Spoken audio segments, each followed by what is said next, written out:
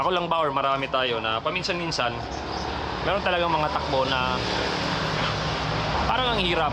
Kahit mabagal lang yung takbo mo, kahit typical na pace mo lang na easy, pero pakiramdam mo pagod ka, hinihingal ka, parang ang bigat ng mga paa mo, meron kang iniindang sakit sa katawan.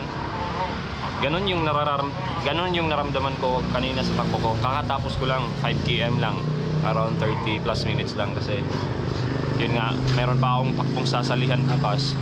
So hindi na ako masyadong or di ko na masyadong hinabaan pa yung takbo ko, especially na hindi rin ako well rested. Tapos 3 araw din akong hindi nakatakbo. So anyway, yun nga, may mga araw talagang ganito, parang ang hirap. Tapos hindi ka ganun ka motivated. I'm sure may makakarelate sa ganitong scenario. Yun nga, hindi ka motivated, meron kang iniindang sakit sa katawan, parang nagka-cramps nga, or mabigat yung kabilang binti ko.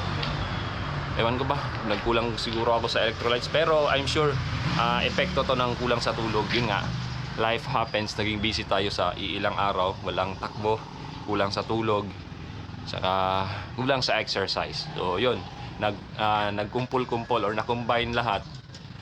Yun, ang resulta ngayong araw, ang hirap.